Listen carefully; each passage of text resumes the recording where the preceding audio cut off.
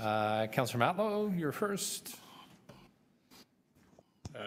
Thank you, Mark. You know what you just did is exactly what I wish would happen when, whether it be councillors or the mayor, go on these kind of trips and for, for professional development and learning best practices, and then come back and share in a detailed form what you've learned, because I found that really interesting through your experience at the data school that you went to in New York.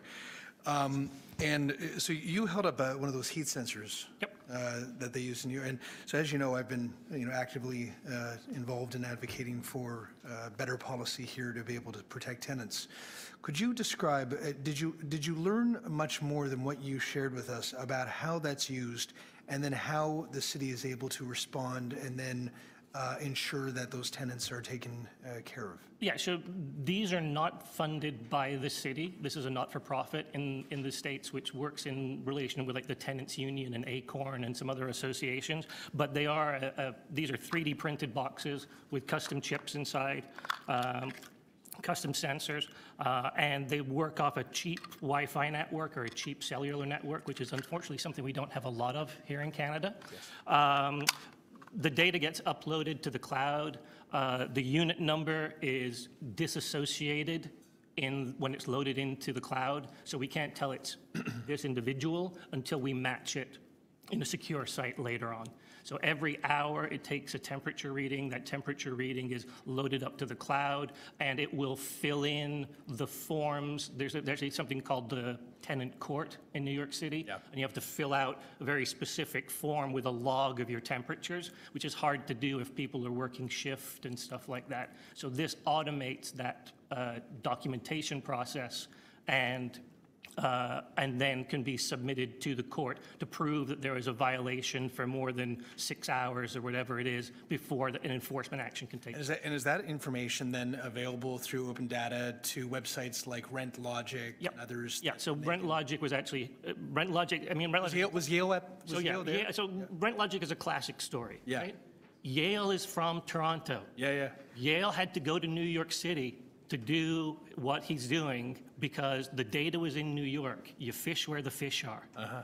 And the data was not available here. There was not the institutional support for the work he was doing. So instead, he's building a company in New York City rather than building it in Toronto. This is why, to Councillor Holliday's question earlier, why you make this data freely available.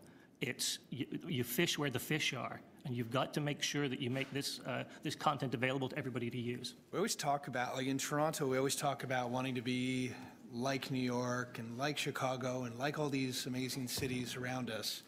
Often that, the rhetoric is strong, the actions don't always follow.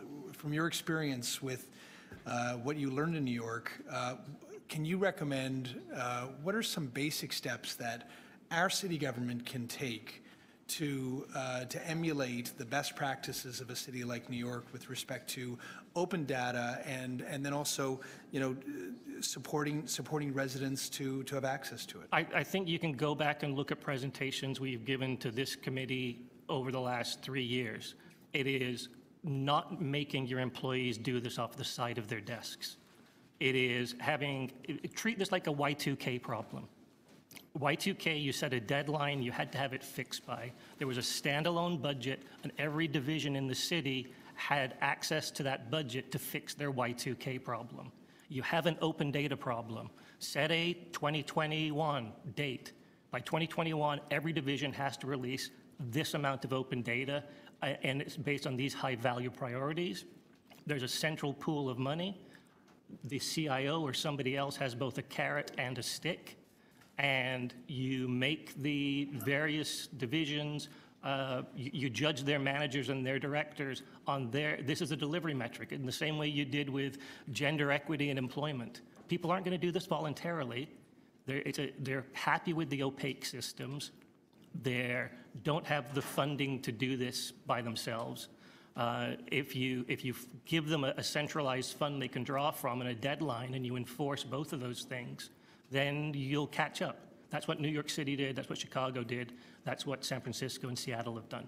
I really appreciate you taking the time to present to us today and share your experience and your advice. Thank you.